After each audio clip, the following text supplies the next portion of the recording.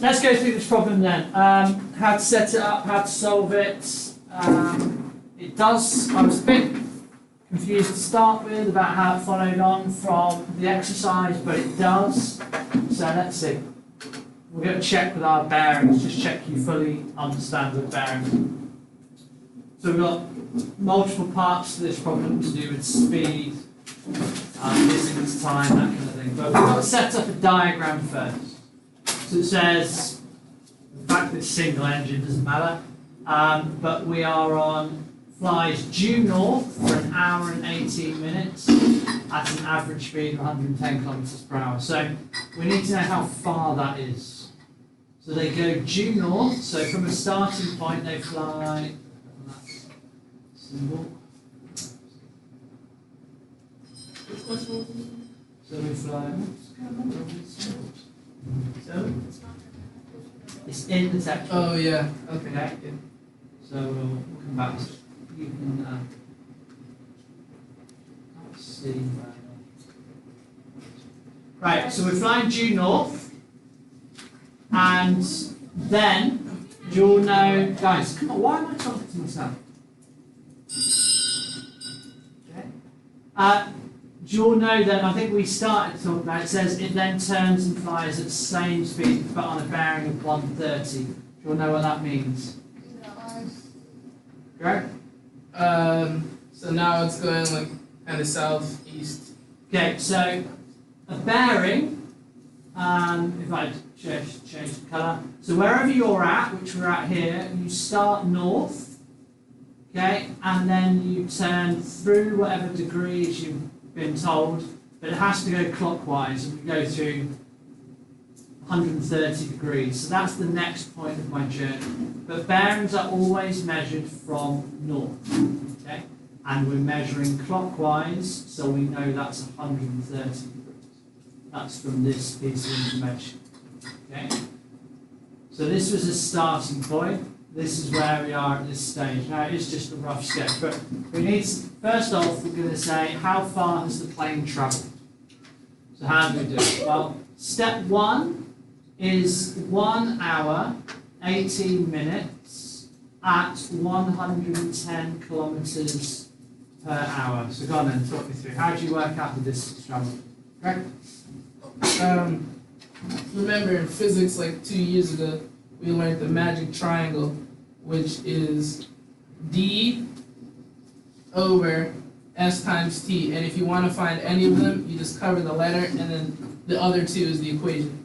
So if you want to find distance, you cover the D, and it's speed times time. And okay, so we want the distance is the speed at 110. Come on, computer. So we've got 110 kilometers times what in time? But how do I multiply by 1 hour and 18 minutes? I've got to convert it into some units I can use. An hour and 18 minutes is 1.3 hours. So that's 1.3 hours. So we want to know, how do we do that? How do I convert 1 hour 18 minutes into 1.3? Tatum? Well, you can divide 18 by 60. Yeah. And then it would equal. So 18 out of 60 minutes. Yeah, and that gives you Around 0.3. 0.3. Okay, so it's 0.3 of an hour. So we've got 1 hour, 18 minutes. So that's where this comes from. Right? So then we get the answer, which is, yeah. 143 kilometers. So we've got 143 kilometers. So that's that branch. This one here, well, this one's a lot easier to do because it says same speed but for an hour and a half. So it's 1 hour, 30 minutes, but we already know it's 1.5 hours. So we've got 1.5 lots of 110 kilometers every hour, and we get 155. almost 1.5. no, 165. 165. Oh, because it's an hour and 10 minutes. Yeah. There's 165 kilometers. Now, the question that you're being asked is, what is the bearing well, the total distance, well, we've worked out those two, we can add those together. But more importantly, we've got its bearing from its initial position. Okay? So the bearing from its initial position, and do you know how to do that? What you? No, you weren't. That's a big fib. Okay, well, the first bit was, but I was thinking something. Not to do with this. Now you're on video, Nick. Not getting your math to account, not writing the solution down. Greg? I think I might have got this wrong, but using sort of. Well, we know its bearing from its initial position. So what we do I didn't get to that. is we look at this, Mm-hmm. and we want to know what angle do we turn, Yeah. and this is the angle that we're looking for in here, right? That's the angle we're looking for. So how do we go about doing that? Yeah. Well, you draw an invisible dotted line. Or From- just a dotted line. Or, yeah, true, an invisible, yeah. Okay, I think Like that? Yes, and so now you know that you've created two right angled triangles. Okay. On to that, Greg. Thanks for the question. If the red line is longer than the black line, Yeah. wouldn't it just go all the way and make a 90-degree angle? Potentially. Like, how do you know to draw it like that? I didn't. Because I drew it in my book and I had the 90-degree angle. Yeah, that's what Yeah. But did you draw it to scale? Did you measure it? No. So how do you know it's 90? Oh, you have to do trigonometry to figure it out. So we have to do something to work it out. Now I'm just going with, it's not much more, so I don't think it's going to be long enough to make a hypotenuse. But also I'm not given any information that says it's going to be 90. So I can't assume. So what I've done is not drawn it specifically to keep my brain away from that situation. Yeah? I don't want to confuse myself. But yes, Greg. And so now that you have two right angled triangles, Yeah. and you know that the bearing was 130, you can find out the top angle right there is 50 degrees. So this is 50, yeah? Are we all happy with that being 50? And Which means you can find the other. and then now that means the other one is 40 degrees.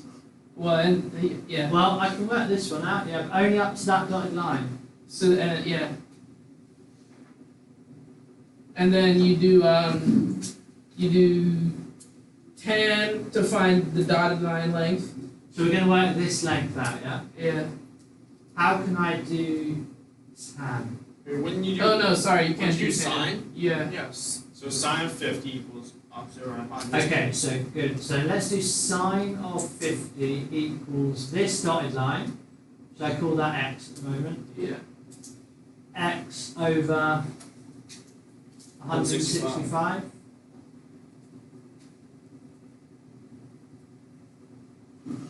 Which I can then rearrange equal to, 165 times sine 50. okay? And that gives me, 126.39. Yeah, that's round. to do 126.4.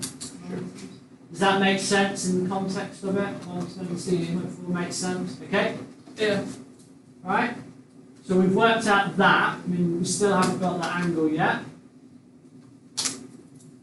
What else do I have to do now then? Figure out the length from the 19 degree to the starting point. So, You have to figure out. well, let me just do so. So I've got currently, excuse the dotted lines, I now have this information. So of this bottom triangle, I now know that this is 126.4. Okay, this is the angle that I'm trying to find. I know that's 90. So have I got enough information at the moment? No. Still not. You can find Greg? You need to find the hypotenuse. So I need to find the green. Yes. Well, you can find the. How could I find that? It's 50. Hang on, here. How could I find the hypotenuse? The green? How could I? Is it possible to do that? Oh no. Hazen? Oh. Well, you don't know if it's a right angle triangle. Exactly. Again, let's not make the assumption if we've not given that information. So maybe we can't use that hypothesis. Kieran was trying to say something next. Go on, You Kieran. can figure out the top angle, but I think that's 860. No, you've assumed something No, there no, again. no, in the other triangle. This it's one? 60, yeah. But that's this one. I've just You redrawn want it. to find zeta. Yeah. I need to know that. So 6, Yeah. 180 minus 6, 120. There's not enough information to just work out another angle like that.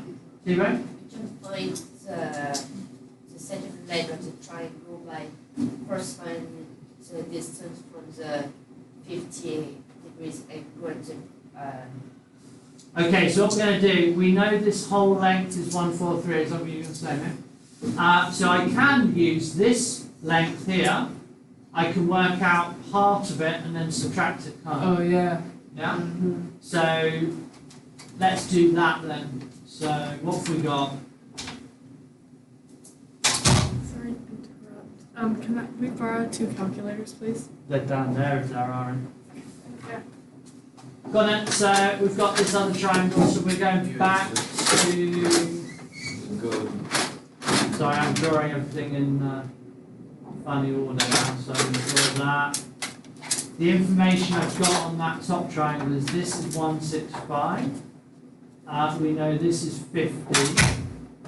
We know this is what I'm going to try and work out, yeah? Yes. And then that from 143 will tell me. So, how do I work that one out then, Ethan? It would be cosine 50 Yeah, is equal to y over 160. it's not y yet. Y is only that no, bit. not y. So just, let's call it z, if you like. So z. Yeah. So z over, Z over 165. And you can cross multiply it. So z equals cos 50 times 165. okay. So that gives me what value?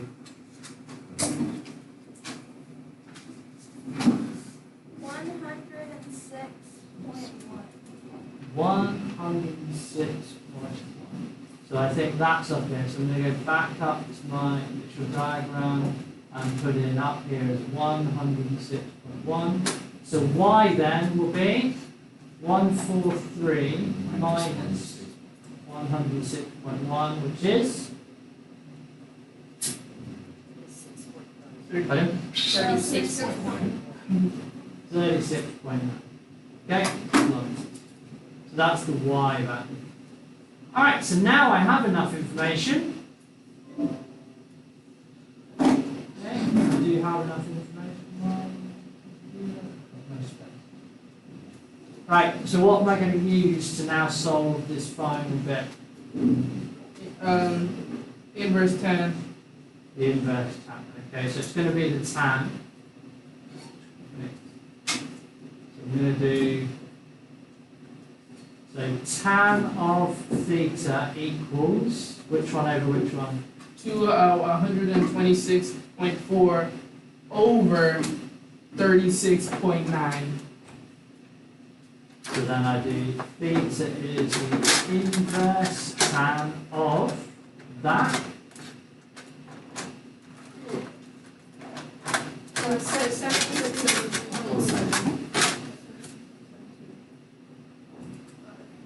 76.7. 73.7 or 76.7? 73.7. Okay, so we finally got our bearing, lots of stuff. Yes, Why did you turn around in the first place?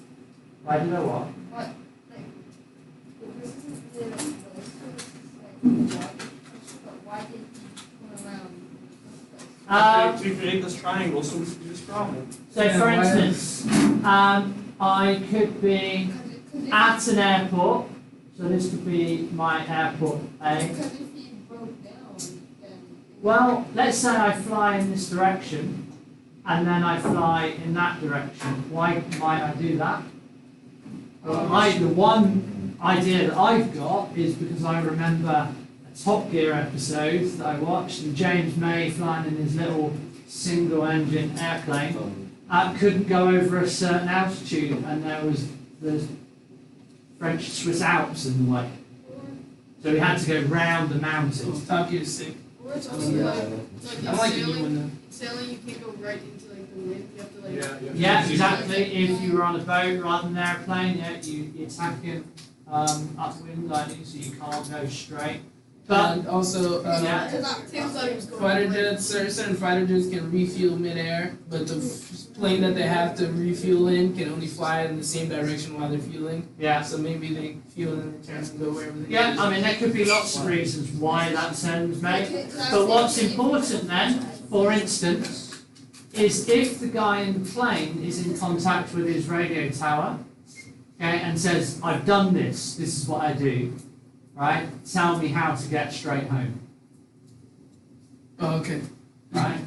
So he would then be radioing back to someone and go, right, tell me what bearing. Now, it'd be slightly different. So, for instance, if there was like, he landed there, and he was communicating and saying, this is where I am, and someone was saying, okay, this is the bearing we need to send someone to pick you up, then we're talking about the bearing of that person going to see him. Oh. However, what if he was communicating and said, I now need to know how to get home?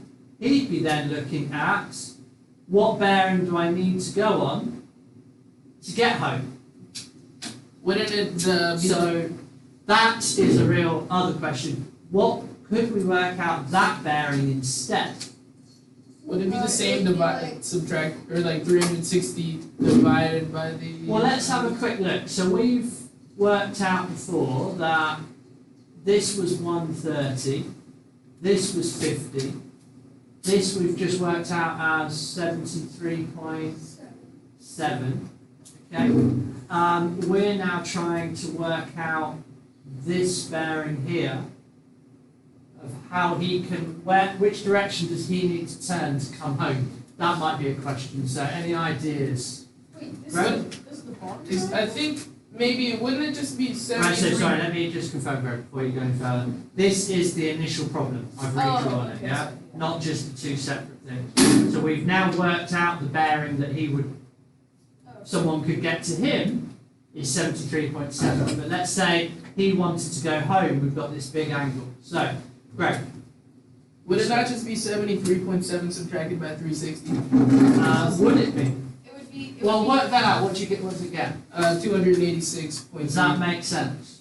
Based on the diagram. And I know the diagram's not accurate, but That would kind of be like Yeah. the guy heading toward the 130. it'd be going up, wouldn't it? Oh, yeah. 246, so that's Yeah. definitely true. Ethan. Wait, so this I have a question about like the calculations. I can't do it right now. I'm trying to do it on my own. I wasn't listening when you were doing it because I wanted to do it on my own. So I'm having some trouble just. Well, we can't come back if you're not going to listen first time round. You have to wait until we've done what we're doing, then I can always come back. Okay, that's fair. Continue. Yeah. Well, it would be 56.3 because you know I'm you gonna have be to, 50. that angle right there. Oh, the angle. This whole yeah. one here. Oh, This one, are you saying? Oh yeah, and then you subtract that that, from and then you 360. subtract that from. Yeah. So this is 56.3, but from 360 that's missing this bit. Why? But why do you need that bit? Because the bearing is, if you're saying from 360, this bit, I get it would Oh, I be see what you 360, mean. I see. take all of that, but Oh, yeah. you're not considering all of that. Oh god. So what we have is several options. If I continue this line down, okay, we're then working with angles in parallel lines. So that's 130, therefore this whole thing would be 130, but more importantly, this angle here would be the same as that one, which is, yeah, 50. that's 50. Therefore, all of this, it would be now 360 Minus 106.3. minus both of those 106.3, which would be 253. 360 minus that. It's 253.7. 253.7. that makes more sense. That does make more sense. Now we're going in the right direction. Yeah? So this would be what I would call the return bearing, because we're looking at how we can return back. So this is the outbound bearing, the 73.7 that we worked out with all that stuff. But the working out the return bearing. Now another way to do it, I don't know whether you spotted. Yeah. It creates a so that line on the furthest to the left and that line on the furthest to the right, that 73.7 angle is also the same in there. Yeah. So that's that bit, and then this bit here is 180. that's 180. So another way would have been 180 plus 73.7, which is still 253.7. So we've got two ways that I could have done that. But again, both ways are using angles and parallel lines. Okay, that helps me out because I was wondering how my first one was wrong, but then yeah, it works out because I did an example with like 90 degrees, Yeah. and 90 degrees coincidentally is the only angle that 90 degrees plus 180 is 270, that's how I got Yeah. misled. So Tate, to answer your question that you were your query, is that first line that I've drawn correctly placed based on the angles we've worked out? Or should it have been longer? Should it have been all the way down to make a right angle? No. Should it have been further to make this line down? No, because this number is less than 90. I work out that actually what I drew was okay. Now that doesn't necessarily mean anything that I knew that was going to happen, or I just bit of experience, or 165, not that much longer. I could have easily been wrong, and this could have been 95.2. You know, but the angles itself that I actually calculate would not be wrong, right? My diagram would just look a bit funny, and I would just have to write, well, it's not to scale. But one big thing that you must bear in mind, okay, is never assume anything, okay? Unless it is said or inferred, or so I mean is never go, oh, my diagram looks like it's going to be a 90 degrees. That what it looks like it will probably be 90 degrees. Unless you can come up with a very specific reason why it is 90, some piece of evidence, never assume it is. Even from diagrams, because they'll say not to scale. Sometimes a diagram will look completely wrong, but the numbers are what matter, not necessarily the diagram. So never ever assume anything in these diagrams with bearings, especially then. Okay, right, can I get you then, you've got the textbook page 265, so we've just done question 7, have a go at question 8 and 9. Yes,